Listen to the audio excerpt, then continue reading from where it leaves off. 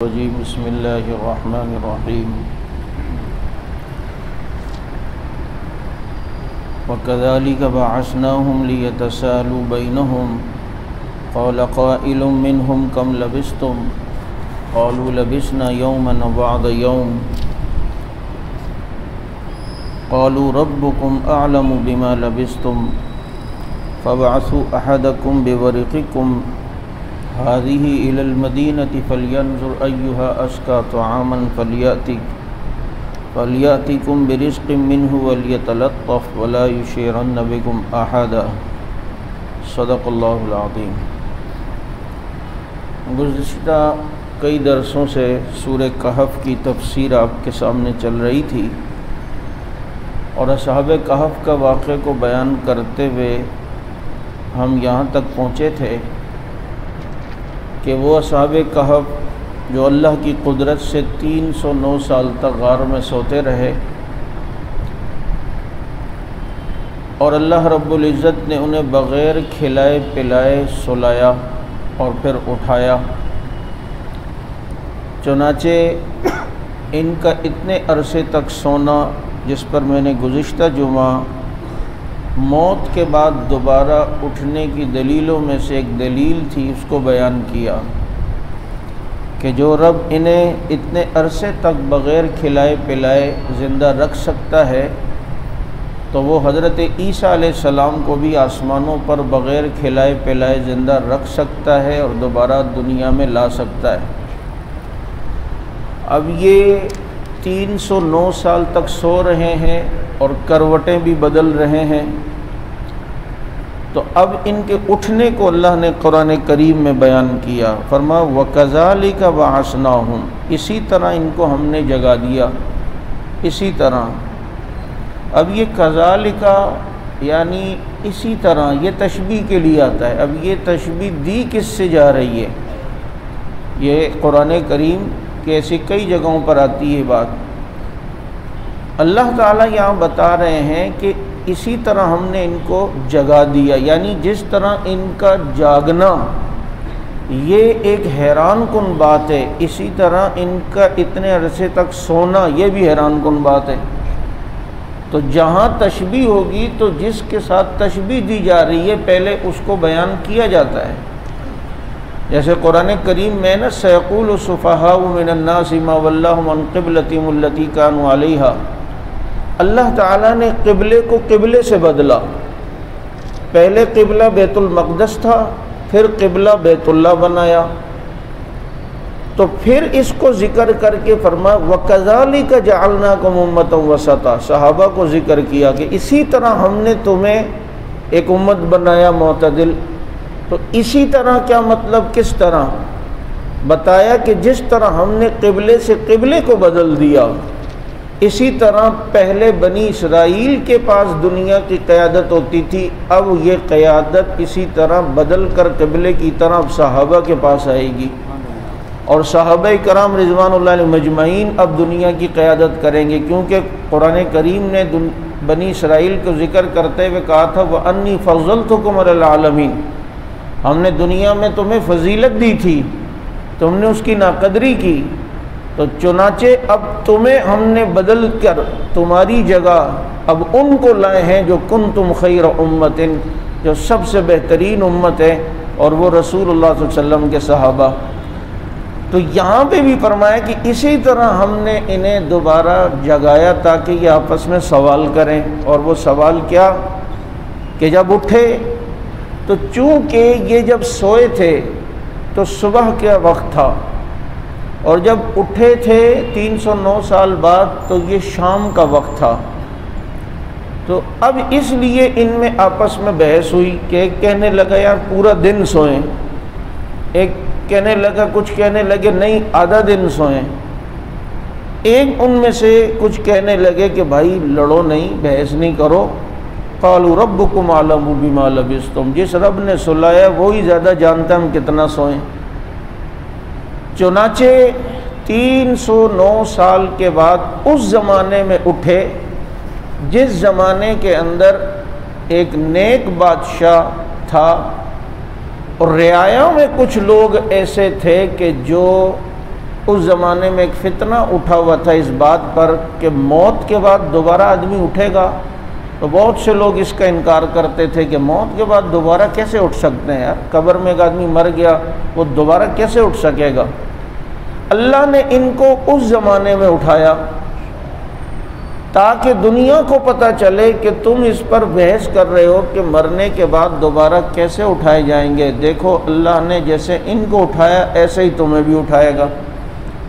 اب جب اٹھے تو فَبْعَثُوا أَحَدَكُمْ بِوَرِقِكُمْ، تو اپنے دوستوں میں سے کسی ایک کو انہوں نے بھیجا بازار کی طرف۔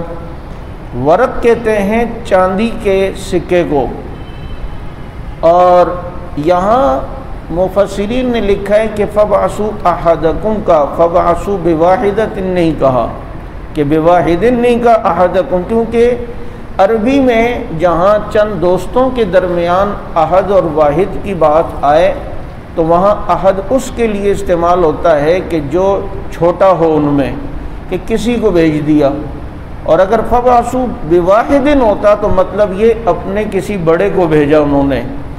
تو احد یہاں پر جہاں چند دوست لوگوں کے درمیان لفظ آئے تو کسی کے متعلق احد ہو تو وہاں مراد ہوتا ہے چھوٹا ان میں، اور جہاں بڑے کو ذکر کیا جانا ہوتا ہے وہاں لفظ آتا ہے بواحد۔ آپ اگر اس پہ غور کریں، ابو بکر صدیق رضی اللہ عنہ نے جو اللہ کی راہ میں مال دیا، تو جن کو آزاد کیا تھا تو جماعت صحابہ میں ابو بکر کا درجہ بڑا ہے، اسی لیے فرمایا وَسَيُجَنَّبُهُ الْأَتْقَى الَّذِي يُؤْتِي مَالَهُ يَتَزَكَّى وَمَا لِأَحَدٍ عِندَهُ، یہ جن پہ بھی خرچ کرتے ہیں تو یہ چونکہ ابو بکر سے چھوٹے تھے تو اس لیے لفظ احد کو یہاں ذکر کیا۔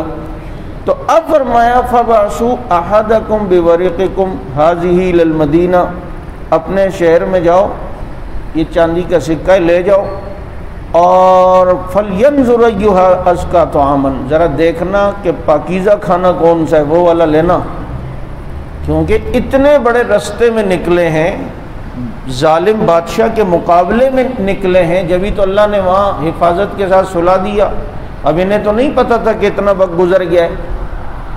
تو یہ جرت دکھانے کے لیے پیٹ میں حلال کا ہونا ضروری ہے، حرام جب پیٹ میں آ جائے تو پھر آدمی کافر کے سامنے ڈٹ نہیں سکتا، کیونکہ حرام کا لقمہ انسان کے اندر بے حیائی کو پیدا کرتا ہے، اور جب کسی کے اندر بے حیائی آئے تو وہ کبھی بھی باطل کے آگے ڈٹ نہیں سکتا۔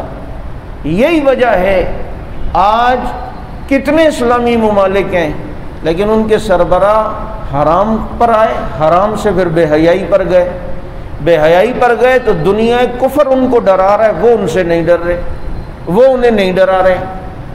جبکہ آپ کے پڑوسی ملک میں طالبان جو تھے افغانستان میں، یہ کیوں دنیا کے سامنے ڈٹ گئے، 48 ملکوں کے سامنے ڈٹیں؟ کیونکہ پیٹ میں حلال گیا تھا، حرام نہیں گیا۔ جب حلال گیا تو حیا آئی ہے، اور حیا اتنی آئی کہ وہ بریڈلی جو جاسوسہ پکڑی گئی ہے وہ دیکھ کر حیران ہوئی ہے کہ قید میں ہوں اور یہ میرے لیے کھانا لاتے ہیں نظریں نیچے کر کے، مجھ سے تفتیش کر رہے ہیں تو نظریں نیچے کر کے، یہ ان کی حیا دیکھ کر بریڈلی سے وہ مریم بنتی ہے اور وہ مسلمان ہوتی ہے۔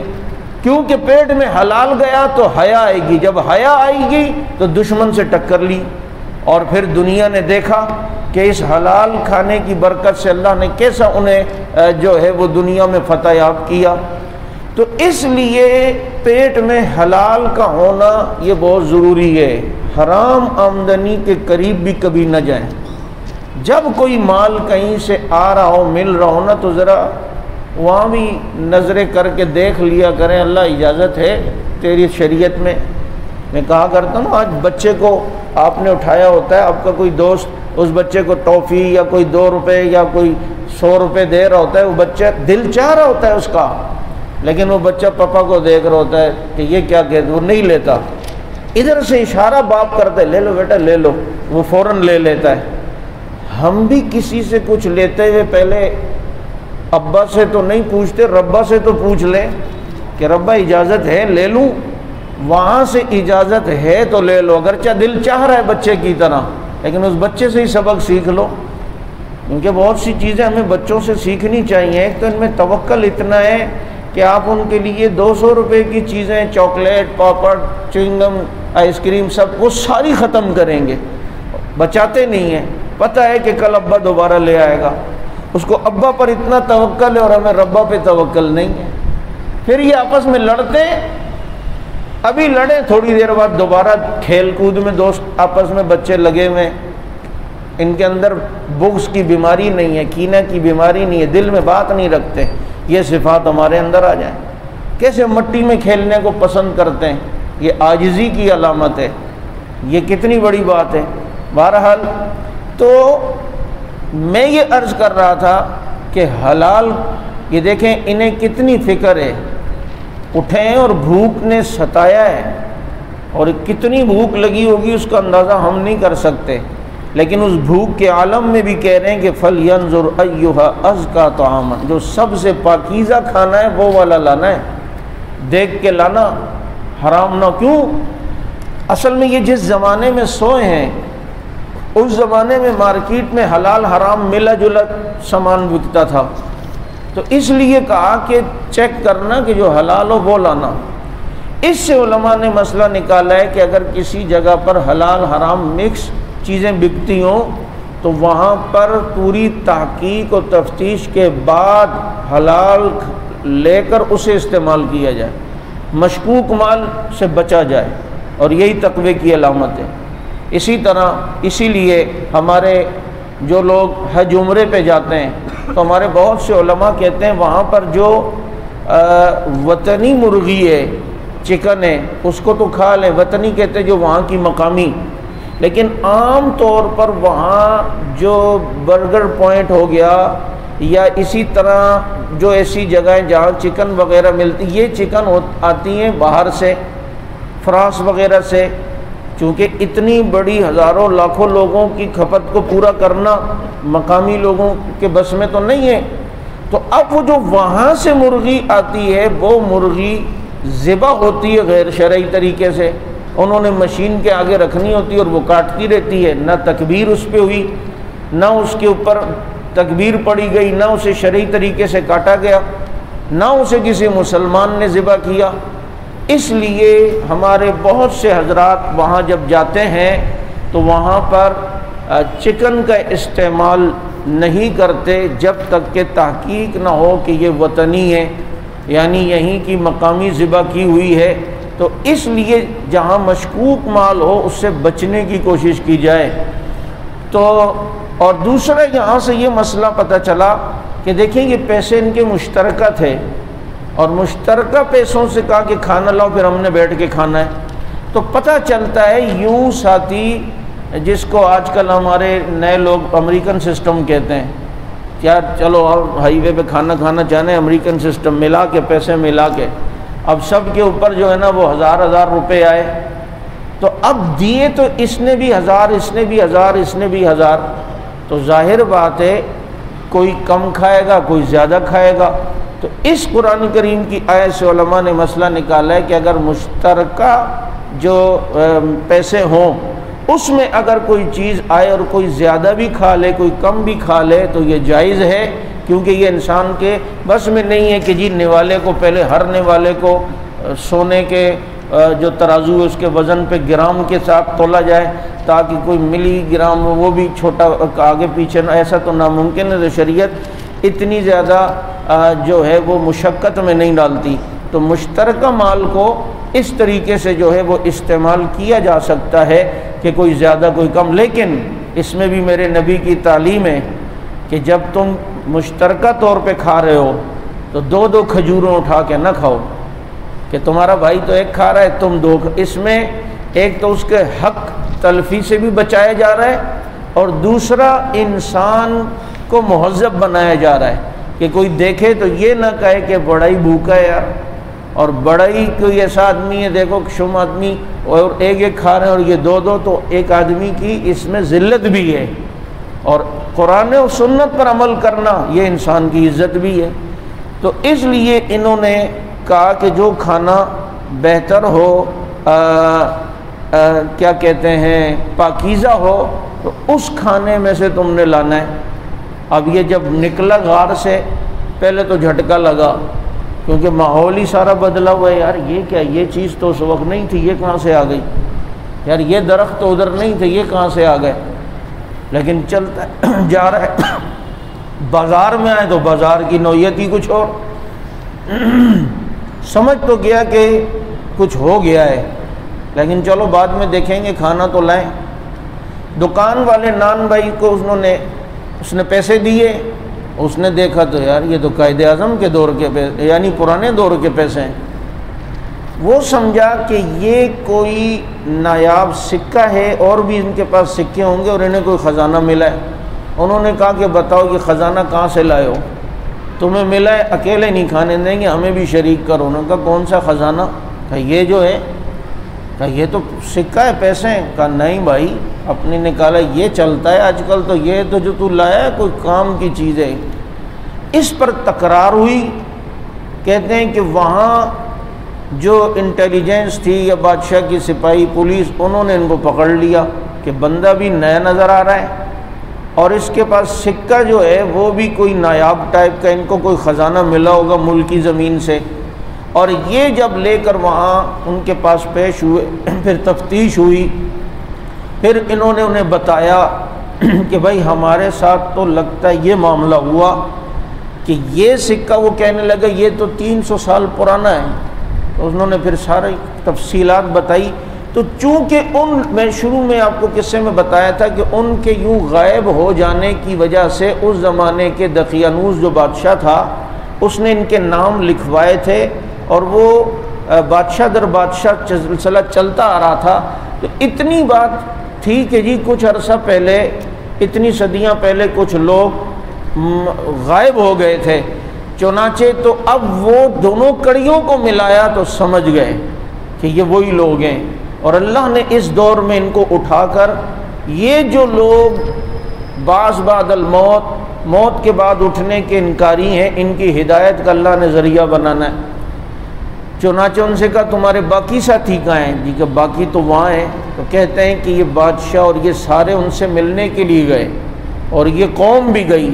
جب انہوں نے ان کو دیکھا تو سارے کے سارے موت کے بعد اٹھنے پر ایمان لے آئے، اللہ نے ان کو ہدایت کا ذریعہ بنایا۔ اب اس کے بعد اصحاب کہف کے ساتھ کیا ہوا، تو یاد رکھیں قرآن جس واقعے کو جہاں تک بیان کرتا ہے تو اسے وہیں تک رہنے دیا جائے۔ ہاں کسی جگہ حدیث میں اگر اس کی تفصیل ہو تو اسے بیان کرنا چاہیے، باقی اس کے قریدنے میں نہیں ہونا چاہیے۔ جیسے بعض روایتوں میں ملتا ہے کہ یہ دوبارہ واپس آئے ہیں اور اپنی اپنی جگہ لیٹے ہیں، اللہ نے ان پر پھر موت کو طاری کر دیا، پھر حقیقت میں ان کا جو ہے وہ سب کا انتقال ہو گیا۔ اب وہ بعض لوگ کہتے ہیں قیامت سے پہلے دوبارہ اٹھیں گے، ایسی کوئی بات نہیں ہے، بس جو انہوں نے اٹھنا تھا اٹھ گئے، اب قیامت والے دن ہی اٹھیں گے۔ قیامت سے پہلے صرف عیسیٰ علیہ السلام دنیا میں آئیں گے، باقی اصحاب کہف کے متعلق ایسی چیز جو ہے وہ نہیں ملتی ہے۔ اب یہ اصحاب کہف لوگوں کی ہدایت کا جو ہے وہ ذریعہ بنے، اسی کو اللہ رب العزت نے ان کی یہ تفصیلی واقعہ بیان کیا۔ اچھا، اس میں ایک بات انہوں نے ایک اور بھی کی تھی۔ ایک تو یہ کہا تھا جس کو کھانے کے لیے بھیجا کہ کھانا حلال کا دیکھنا، اور دوسرا یہ کہ وَلْيَتَلَطَّفْ، نرمی سے بات کرنی ہے، کیونکہ تم اگر کسی سے الجھو گے پھڈا بن جائے گا، پھڈا بنے گا تو ہمارا راز افشا ہو جائے گا۔ اور یہ قرآن کریم کا درمیان کہتے ہیں یہ لفظ وَلْيَتَلَطَّفْ، یعنی نرمی۔ پتہ چلتا ہے کہ نرمی انسان کو خیر ہی خیر عطا کرتی ہے۔ وہ آدمی خیر سے محروم ہو گیا جو نرمی سے محروم ہو گیا۔ ہر معاملے میں اکڑو، ہر معاملے میں چہرے پہ 12 بجے میں پیشانی ہر وقت بل کھائی ہوئی ہے، یہ انداز نہیں۔ نرم مزاجی سے بہت سے عقدے حل ہو جاتے ہیں اور بہت سے فتنے ختم ہو جاتے ہیں۔ اور اگر زبان میں اور لہجے میں سختی ہے تو اچھے خاصے ماحول کو خراب کر کے آدمی پھڈا بنا دیتا ہے۔ کبھی کبھی اچھے انداز میں نرمی میں آدمی جواب دے دے تو وہ بعض دفعہ بڑی لڑائیاں فتنے اور ان چیز کو ختم کر دیں، ورنہ سخت مزاجی اس پہ ذرا سی بات ہوتی ہے اور اس کو انسان اتنی انا کا مسئلہ اور غصے کا مسئلہ بناتا ہے جس کی وجہ سے کئی خاندان اجڑے اور قتل تک ہو گئے۔ اس لیے اس کو کہا کہ نرمی جو ہے وہ آپ نے وہاں جا کر اختیار کرنی ہے۔ اچھا، اب یہ سارا واقعہ قرآن کریم نے ان کا جو ہے وہ بیان کیا۔ آگے جو ہے وہ فرمایا کہ یہ اللہ نے جو ان کو اٹھایا تو وَكَذَلِكَ أَعْثَرْنَا عَلَيْهِمْ لِيَعْلَمُوا أَنَّ وَعْدَ اللَّهِ حَقٌّ، اسی طرح ظاہر کر دی ہم نے ان کی یہ بات تاکہ لوگ جان لیں کہ اللہ کا وعدہ حق ہے، کہ اللہ نے جو کہا ہے کہ میں اٹھاؤں گا دوبارہ موت کے بعد تو یہ بالکل سچ ہے، کہ أَنَّ السَّاعَةَ لَا رَيْبَ فِيهِ، کہ اس قیامت کے آنے میں کوئی شک نہیں ہے۔ اِذْ يَتَنَازَعُونَ بَيْنَهُمْ أَمْرَهُمْ، جب جھگڑ رہے تھے آپس میں اپنی بات پر، فَقَالُوا ابْنُوا عَلَيْهِمْ بُنْيَانًا، اور پھر کہنے لگے بناؤ ان پر ایک عمارت۔ وہ جو ان کی لڑائیاں ہو رہی تھیں اس بات پر کہ اٹھیں گے یا نہیں اٹھیں گے، اب جب ان کے غار کا تعین ہو گیا تو بعضوں نے کہا کہ اس کے اوپر ایک عمارت بنائی جائے، اور وہ کس لیے بنائی جائے کہ لَنَتَّخِذَنَّ عَلَيْهِمْ مَسْجِدًا، کہ اس غار پر ہم کوئی مسجد بناتے ہیں، یعنی عبادت کی جگہ بناتے ہیں۔ اب کسی قبر کے اوپر مسجد بنانا یہ جائز ہے ناجائز ہے؟ قرآن تو کہہ رہا ہے کہ انہوں نے کہا تھا بناتے ہیں۔ ایک بات یہ یاد رکھیں، یہ جو باتیں ہیں وہ پچھلی شریعت کی ہے، اس شریعت کی نہیں ہے۔ یہاں مسٹیک بعض دفعہ یہ ہوتی ہے ہمارے لوگوں کو کہ وہ دلیل جب دیتے ہیں یہ نہیں دیکھتے کہ ہم پچھلے شریعت کی بات کر رہے ہیں۔ جیسے بے نظیر جب وزیر اعظم بنی تھی تو کہ جی عورت کی حکمرانی جائز ہے ناجائز ہے، تو وہ ملکہ بلقیس کی مثالیں دے رہے تھے، وہ بھی تو حکمران تھی۔ تو ملکہ بلقیس جب حکمران تھی تو اس وقت وہ مسلمان ہی نہیں تھی، اور اگر بعد میں مسلمان بھی ہوئی تو پھر حکمران نہیں ہوئی، کیونکہ سلیمان علیہ السلام کے تابع ہو گئی۔ اور مثال کے طور پہ حکمران تھی بھی تو وہ پچھلی شریعت کے معاملات تھے۔ جیسے پچھلی شریعت میں بہت سی چیزیں جائز تھیں کہ کسی بادشاہ کو سجدہ کرنا یا کسی بزرگ کے آگے جھکنا یہ جائز تھا، ہماری شریعت میں یہ جائز نہیں ہے۔ پچھلی شریعتوں میں جو ہے وہ شراب حلال تھی، اس شریعت میں اب منع کر دی گئی۔ اسی طرح بہت سے ایسے باتیں تھیں جو شریعت میں جائز تھیں، ہماری شریعت میں نہیں۔ بلکہ اللہ کے نبی صلی اللہ علیہ وسلم نے قبروں پر سجدہ کرنے والوں پر لعنت فرمائی، اور دنیا سے جاتے جاتے اللہ کے نبی کے الفاظ یہ بھی تھے کہ لعن اللہ الیہود والنصارى اتخذوا قبور انبیاء مساجدہ، کہ اللہ رب العزت کی لعنت و یہود و نصارہ پر جنہوں نے انبیاء کی قبروں کو سجدے کی جگہ بنا دیا اور ان کو اس پر سجدہ کرنے لگے۔ چنانچہ ہماری شریعت پر قبر کے اوپر سجدہ کرنا یا قبر کے اوپر یا قبر بالکل سامنے اور بیچ میں جناب مسجد بنائی ہوئی ہے اس کے سامنے سجدہ ہو رہا ہو، یہ چیزیں جو ہے وہ ہماری شریعت کے اندر جائز نہیں ہے۔ اب جب یہ کتنے تھے اس پر قرآن نے کہا کہ اس پہ بھی بعض لوگ بحث کرتے ہیں کہ سیقولون ثلاثۃ رابعہم کلبہم، اب یہی کہیں گے کہ وہ 3 تھے اور چوتھا ان کا کتا تھا۔ وَيَقُولُونَ خَمْسَةٌ سَادِسُهُمْ كَلْبُهُمْ، اور یہ بھی کہیں گے کہ وہ 5 تھے اور چھٹا ان کا کتا تھا۔ اور رجمًا بالغیب، کہ وہ کیا کہتے ہیں بغیر نشان دیکھے پتھر کا چلانا، یعنی کہ وہ ان کا کتا۔ اور وَيَقُولُونَ سَبْعَةٌ وَثَامِنُهُمْ كَلْبُهُمْ، اور یہی کہیں گے کہ وہ 7 ہیں اور 8واں ان کا کتا۔ تو یہ کتنے تھے؟ قُل رَّبِّ أَعْلَمُ بِعِدَّتِهِمْ، بس اللہ ہی جانتا ہے کہ وہ کتنے تھے۔ اس پہ بھی بتا دیا کہ زیادہ حتمی فیصلہ نہیں کرو کہ 8 تھے 7 تھے۔ مَا يَعْلَمُهُمْ إِلَّا قَلِيلٌ، نہیں جانتے ان کی تعداد کے بارے میں لیکن جو ہے وہ کم، کچھ لوگ کم لوگ۔ اور وہ کون ہیں؟ وہ اللہ کو پتہ ہے، آپ صلی اللہ علیہ وسلم کو اللہ نے بذریعہ وحی بتایا ہو، یا اس زمانے کے جو لوگ تھے ان کو پتہ تھا یہ کتنے. تو کہا اس بحث میں پڑھنے کی ضرورت نہیں ہے کہ کتنے تھے یا کتنے نہیں ہیں.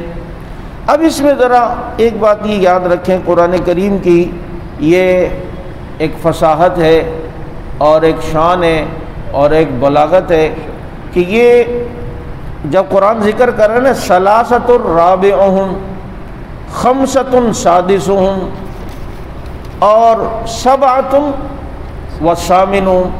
اچھا کسی جگہ واو نہیں آیا، واو آیا ہے ثامن پر. جب کہا ثلاثۃ رابع، یہاں بھی ثلاثہ پہ بھی واو نہیں، رابع پہ بھی نہیں. خمسۃ سادسہم، خمسہ پہ بھی واو نہیں، سادس پہ بھی واو نہیں. سبعۃ، سات پر بھی واو نہیں. وثامنہم جب کہا تو آٹھویں کو ذکر کیا تو وہاں واو ہے. اس کو واو ثمانیہ کہتے ہیں. قرآن کریم میں ایسی کئی جگہیں جہاں آٹھویں جگہ پر واو آیا ہے. مثال کے طور پر التائبون العابدون الحامدون الراکعون الساجدون الآمرون بالمعروف والناہون عن المنکر. یہ دیکھیں آٹھویں جگہ پہ والناہون میں آٹھویں جگہ پہ واو آیا ہے. سورہ طلاق میں نبی کی بیویوں کی صفات کو ذکر کیا. فرمایا عسیٰ ربہ ان طلقکن یبدلہ ازواجا خیرا منکن مسلمات مومنات قانتات تائبات عابدات سائحات سیبات وابکارا. آٹھویں نمبر پہ آیا ہے. ایسی کئی جگہ ہے جہاں پر قرآن آٹھویں چیز کو جب بیان کرتا ہے تو وہاں واو آتا ہے. ادھر بھی جب سبعۃ کہا تو واو نہیں، وثامنہم 8 کا کہا تو واو ہے. یہی وجہ ہے سورہ زمر کے آپ دیکھیں 24ویں پارے میں اللہ نے جہنمیوں اور جنتیوں کے ذکر کیا. پر وسیق الذین کفروا الی جہنم زمرا، یہ کافر جہنم کی طرف ہنکائے جائیں گے، فرشتے نے جہنم کی طرف ہنکارے ہوں گے. حتی اذا جاؤوہا فتحت ابوابہا، جب یہ پہنچیں گے تو جہنم کا دروازہ کھلے گا. ادھر فتحت کو ذکر کیا، جہنم کے دروازے کو تو واو ذکر نہیں کیا. لیکن جب جنت کا ذکر آیا تو جنت کے جہنم کے چونکہ 7 دروازے اور جہنم کے 7 دروازے اور جنت کے 8 ہیں، تو 8واں جب جنت کا ذکر آیا تو وہاں ہے وسیق الذین اتقوا ربہم الی الجنۃ زمرا حتی اذا جاؤوها وفتحت ابوابها. واو وہاں ذکر کیا کیونکہ جنت کے 8 دروازے ہیں. یہ واو ثمانیہ کہلاتا ہے کہ 8ویں جگہ جو ہے وہ واو ہے. ایسی بے شمار مثالیں یہ تو ابھی کچھ ذہن میں تھیں تو آپ کے سامنے ذکر ہو گئیں. تو یہ کہا کہ یہ ان کی تعداد کے بارے میں یہ اختلاف کریں گے، چنانچہ اس معاملے کے اندر آپ نے نہیں پڑھنا. اب چونکہ شروع میں آپ کو پتہ ہے اس کا شان نزول بیان کرتے ہوئے یہ بات آئی تھی کہ یہ سوال یہودیوں نے مشرکین مکہ سے کہا تھا کہ جا کر پوچھو اس نبی سے کہ یہ اگر نبی ہیں تو یہ 3 سوال پوچھنا. تو وہ کون سے تھے؟ اصحاب کہف، ذوالقرنین، اور تیسرا تھا روح کیا چیز ہے. تو اللہ کے نبی صلی اللہ علیہ وسلم نے فرمایا تھا کل جواب دوں گا. انشاءاللہ رہ گئی. کئی عرصے تک وحی نہیں آئی. اب جب نہیں آئی اللہ کے نبی پریشان. یہ روز آتے، ہاں جی آپ نبی ہیں تو بتائیں نا، آپ نبی ہیں تو بتائیں نا. فَقُرِبْتُ كَرْبَةً مَا كُرِبْتُ مِثْلُ قَطُّ. بخاری شریف میں کہ اللہ کے نبی فرماتے ہیں جتنا میں اس وقت پریشان ہوا اتنا کبھی بھی پریشان نہیں ہوا کہ میں ان کو اب کیا جواب دوں. اور یہاں انشاءاللہ نہیں کہا. تو اب کافی دنوں کے بعد، بعض نے لکھا ہے 1 مہینے کے بعد، بعض نے کہا 40 دن کے بعد وحی آئی اور فرمایا وَلَا تَقُولَنَّ لِشَيْءٍ انی فاعل ذالک غدا. کسی چیز کے بارے میں یہ نہ کہا کریں کہ کل کروں گا، الا ان یشاء اللہ، میں کہ یہ کہ اللہ کی مرضی کو شامل کر لیا کریں. ایک انشاءاللہ انسان کے مستقبل کو تابندہ بناتا ہے. یہ الفاظ کا اتنا اثر ہے. اور پھر آپ کو پتہ ہے جو جس سے جتنا قریبی تعلق والا ہونا اس کی معمولی بات بھی بڑی ہوتی ہے۔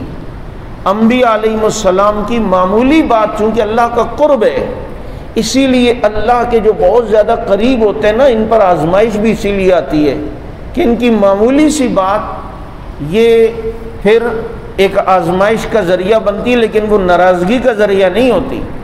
قرب میں یہی تو ہوتا ہے، ایک عام آدمی سے ناراض ہونا، بھائی جا پوچھتا ہی نہیں ہو، اپنا کام کرے۔ ایک محبوب سے ناراض ہونا، محبوب سے ناراض ہونا مطلب تھوڑے دن بات نہ کرنا۔ اب یہ ناراضگی میں بھی ایک مزہ آ رہا ہوتا ہے، اور اس میں نظر محبوب ہی کی طرف ہوتی ہیں، توجہ محبوب ہی کی طرف ہوتی ہے۔ تو انبیاء علیہم السلام اللہ کے قریب ہیں، اس لیے ان کی معمولی بات بھی بڑی ہے۔ کہتے ہیں کہ یوسف علیہ السلام اور یعقوب علیہ السلام دیکھو نا 40 سال جدا رہے۔ کہتے ہیں کہ یعقوب علیہ السلام نماز پڑھ رہے تھے اور تھوڑی دیر توجہ حضرت یوسف علیہ السلام پر پڑ گئی اور دھیان بیٹے کے حسن کی طرف گیا، ایک دم کو وہ نماز پڑھ رہا تھا۔ اس بات پر 40 سال بیٹے سے جدا رکھا۔ حسنات الابرار سیئات المقربین، یہ بات یہ اسی لیے یہ تقرب الی اللہ یہ بہت بڑی دولت ہے، لیکن اس میں چھوٹی سی بات بھی بڑی تصور ہوتی ہے۔ جس سے قریبی تعلق ہونا، جس سے تعلق نہیں ہے اس کی بات کی پرواہ بھی نہیں ہوتی۔ اگر اسے کہا جائے کہ یار میرا یہ کام کر لو، شام کو آتے ہوئے یہ کر لینا، اور وہ نہیں کرے اور قریبی تعلق نہیں ہے، آدمی کہے گا چھوڑ بھائی ان کی عادت ہی ایسی ہے۔ لیکن جو قریبی تعلق والا کو اس کے دل پہ رکھے گا بات، یار ایسا تو تمہیں نہیں سمجھتا، یار تم ایسے نے کیوں کیا، اور تم نے یار یہ چھوڑو، یار اس طرح نہیں کرنا چاہیے تھا۔ چنانچہ کیونکہ تعلق ہے نا، اس لیے یہ تھوڑا سا محسوس ہوا ہے۔ یا انشاءاللہ نہیں کہا تو اتنے دن تک وحی نہیں آئی، اور بتلایا کہ مستقبل کے کام کے لیے جب بات کرو تو انشاءاللہ ضرور کہا کرو۔ یہی وجہ ہے انشاءاللہ مستقبل کو تابندہ بنا دیتی ہے اور مستقبل کو روشن بنا دیتی ہے۔ عادت بنائیں۔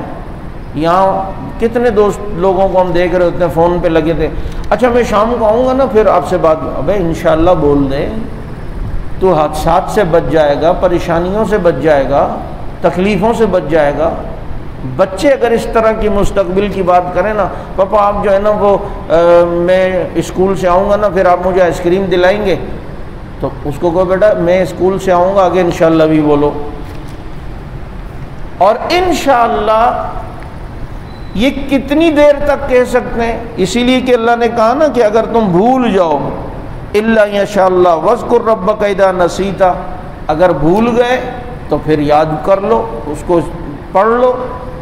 علماء نے لکھا ہے کہ ایک تو متصل بولنا چاہیے، لیکن اگر آپ ایک مجلس میں ابھی بیٹھے ہوئے کسی جگہ اور وہاں آپ نے کسی دوست سے بات کی یا کسی سے کہ میں آؤں گا یا میں ایسا گائے خرید کے لاؤں گا قربانی کے لیے، اب انشاءاللہ یاد نہیں آیا اور تھوڑی دیر بعد یار انشاءاللہ نہیں بولا، تو ابھی تک آپ اس مجلس سے اٹھے نہیں ہیں اور آپ نے انشاءاللہ بول دیا تو یہ آپ کا انشاءاللہ ہی تصور ہوگا۔ سمجھ لیں کہ آپ نے انشاءاللہ اپنی بات کے ساتھ ہی بولا ہے جب تک آپ اس مجلس سے نہیں اٹھے۔ لیکن یہ ایک مسئلہ، باریک مسئلہ ہے، ذرا بات نکلی تو میں بتا دوں، اس مجلس میں آپ جب تک بیٹھے ہیں تو آپ انشاءاللہ بول سکتے ہیں، اور یہ انشاءاللہ بولنا ایسا ہی ہوگا جیسے متصل ہے۔ لیکن ایک مسئلہ یہ ہے کہ طلاق کا ایک مسئلہ ہے۔ اب طلاق کے اندر یہ ہے کہ آپ کو یہ مسئلہ شاید معلوم نہ ہو کہ اگر کوئی شخص اپنی بیوی کو یوں کہہ دے کہ مثال کے طور پہ اس نے کہا کہ تجھے طلاق ہے طلاق ہے طلاق ہے، اور فوراً ساتھ میں انشاءاللہ بول دیا، تو اس سے طلاق نہیں ہوتی، کیونکہ اس نے اپنا معاملہ اللہ کے سپرد کیا کہ اللہ نے چاہا تو، اللہ نہیں چاہتے طلاق ہو تو نہیں ہوگی۔ تو یہ والی جو انشاءاللہ طلاق کے ساتھ جو بولی جاتی ہے یہ متصل ہونا ضروری ہے۔ پتہ چلا بول دیا، اب وہیں بیٹھا ہوا صوفے پہ پچھتا رہا ہے اور پورا بچوں کا مستقبل بھی سامنے آیا، اور یار یہ میں نے کیا کیا، پھر کہ ارے مولوی صاحب نے تو کہا تھا اپنی جگہ بیٹھے بیٹھے، ابھی اٹھا نہیں ہے تو انشاءاللہ وہ اب انشاءاللہ بول دیا، تو اس طرح بیوی بچے گی نہیں، طلاق ہو جائے گی، کیونکہ طلاق والے مسئلے پہ انشاءاللہ متصل بولنا ہے۔ اسی لیے تو علماء نے لکھا ہے کہ اگر کوئی کسی کی کن پٹی پہ پسٹل رکھے اور کہے طلاق دے اپنی بیوی کو، اب اس نے طلاق دے دی جبرن تو طلاق ہو جائے گی، لیکن وہ سامنے پسٹل رکھنے والا اگر یہ درس نہیں سن رہا اور آپ سن رہے ہیں تو آپ نے کہہ دیا کسی نے ہاں میں نے اپنی بیوی کو 3 طلاقیں دی انشاءاللہ، وہ تو کہے گا ارے مولوی نے انشاءاللہ بولے اب تو کام پکا اس نے کیا ہے، لیکن اس بیوقوف کو نہیں پتا کہ انشاءاللہ متصل کر دینے سے طلاق نہیں ہوتی۔ اور تو اس لیے جو ہے انشاءاللہ کہہ دیا طلاق میں یا ماشاءاللہ کہہ دیا تو اس سے جو ہے وہ طلاق نہیں ہوتی، لیکن اس میں یہ ہے کہ جھوٹ نہ بولے آدمی کہ پتہ چلا دے دی اور بعد میں پتہ ہے کہ نہیں بولی تھی لیکن مسئلہ اب سن لیا تو جا کے کہیں گا نہیں بیوی کو دیتی تھی لیکن میں نے انشاءاللہ بھی بول دیا تھا۔ اللہ ہمارے دلوں کے حال کو زیادہ بہتر جانتا ہے۔ یہاں پر یہ مسئلے ہیں طلاقیں دے کر دوبارہ رکھنے والے، تو اور پھر اس میں یہ اصل میں مجبوری تھی مولوی صاحب، اصل میں چاہتا نہیں تھا، اصل میں نے غصے سے دی، تو بھائی غصے سے دی تو پیار سے بھی کوئی بیوی کو طلاق دیتا ہے، غصے سے ہی دیتا ہے۔ اچھا پھر اب دیکھو نا راستہ گنجائش نکالنی ہے کہ وہ اصل میں بیوی حمل سے ہے، تو میں نے کہا اندر سے بچہ یوں طلاق کو روک دیتا ہے کیا؟ آنے نہیں دیتا، حمل سے ہو جس سے بھی ہو طلاق بول دی تو طلاق ہو گئی ہے۔ یہ تھوڑی ہے کہ حمل سے عورت ہو تو اس کو طلاق نہیں ہوتی۔ انشاءاللہ اس طلاق اور نکاح کے عنوان پر بھی میرا ارادہ ہے تفصیلی بات کریں تاکہ معاشرے کو اس کی خرابیاں پتہ چلیں اور وہ مسائل سے واقف ہوں تاکہ حرام کاری کے اندر جو ہے وہ نہ پڑیں۔ تو بہرحال اسی مجلس میں طلاق اگر انشاءاللہ کہہ دیا اپنی طلاق کے علاوہ، پھر بار بار اس لیے کہہ رہا ہوں طلاق کے علاوہ کسی اور بات پہ کہ جی میں گائے لاؤں گا، میں آؤں گا یا میں جاؤں گا، اور اسی مجلس میں اس کو یاد آیا یار میں نے انشاءاللہ نہیں کہا تھا اور وہ انشاءاللہ کہہ دے تو پھر جناب کام ہو جائے گا۔ بعض حضرات نے لکھا ہے کہ 1 سال تک بھی انشاءاللہ بول سکتے ہیں یاد آئے تو، لیکن یہ کمزور قول ہے۔ امام ابو حنیفہ رحمۃ اللہ علیہ فرماتے ہیں کہ اسی مجلس میں کہا جائے۔ خلیفہ منصور امام ابو حنیفہ رحمۃ اللہ علیہ کے دور میں خلیفہ تھے، ان کے ایک بڑے بزرگ میں ابھی ان کا نام نہیں لیتا، خلیفہ منصور کے ہمارے بھی بزرگ ہیں وہ، ان کا یہ قول ملتا ہے کہ 1 سال تک انشاءاللہ بول سکتے ہیں۔ تو امام صاحب کا مسئلہ تھا کہ 1 سال والا مسئلہ نہیں ہے بلکہ اسی مجلس میں انشاءاللہ بول دیا تو ہو گیا۔ تو کسی حاسد تو تھے امام حنیفہ رحمہ اللہ سے حسد کرنے والے لوگ، کسی نے خلیفہ منصور کے کان بھرے کہ آپ کے جد امجد تو کہتے ہیں کہ 1 سال تک انشاءاللہ بول سکتے ہیں، اور ابو حنیفہ کہتا ہے کہ نہیں اسی مجلس میں کہا جائے گی تو انشاءاللہ شمار ہوگی۔ خلیفہ نے بلایا اور کہا تم نے یہ مسئلہ بتایا ہے؟ کہاں؟ کہا تمہاری ہمت کیسی ہوئی میرے جد امجد کے قول کے خلاف کرنا؟ انہوں نے کہا اصل میں آپ کی حکومت کو بچانے کے لیے مسئلہ بتایا۔ کہا وہ کیسے؟ کہا دیکھیں حضرت بات یہ ہے کہ اگر اسی مجلس میں بات نہ ہوئی اور 1 سال کا ٹائم ہوا، ابھی آپ سے لوگ آ کے بیعت کرتے ہیں کہ جی ہم آپ کی اطاعت کریں گے، آپ کی حکومت کو تسلیم کرتے ہیں، اب جناب اسی مجلس میں نہیں، اب وہ گھر چلے گئے اور 1 سال تک کی بات ہوئی تو گھر جا کے وہ کہیں آگے انشاءاللہ، تو اب وہ بیعت پر عمل کرنا ان کے لیے واجب تو نہیں ہے کیونکہ انہوں نے انشاءاللہ کہہ دیا، لیکن اسی مجلس میں اگر وہ انشاءاللہ کہے گا تو آپ کو آواز آئے گی تو سمجھ لو کہ یہ آپ سے بیعت ہونا نہیں چاہ رہا، اس لیے بیعت کر کے آگے کہہ رہا ہے انشاءاللہ، تو اس پہ وہ بیعت پر عمل کرنا اس کے لیے ضروری نہیں ہے۔ تو اب اگر 1 سال تک کا ٹائم ہوگا آپ سے یہاں بیعت کے الفاظ کہیں گے اور گھر جا کے کہیں گے انشاءاللہ، تو اب وہ بیعت تو آپ کی انہوں نے کی نہیں اور اس بیعت پر عمل کرنا ضروری بھی نہیں ہے۔ کہ ہاں یہ والی بات ٹھیک ہے، انشاءاللہ والی بات آئندہ 1 سال والی کوئی بھی نہ کرے۔ یہ تھے امام ابو حنیفہ رحمۃ اللہ علیہ۔ اللہ پاک سمجھ عمل کی توفیق عطا فرمائے۔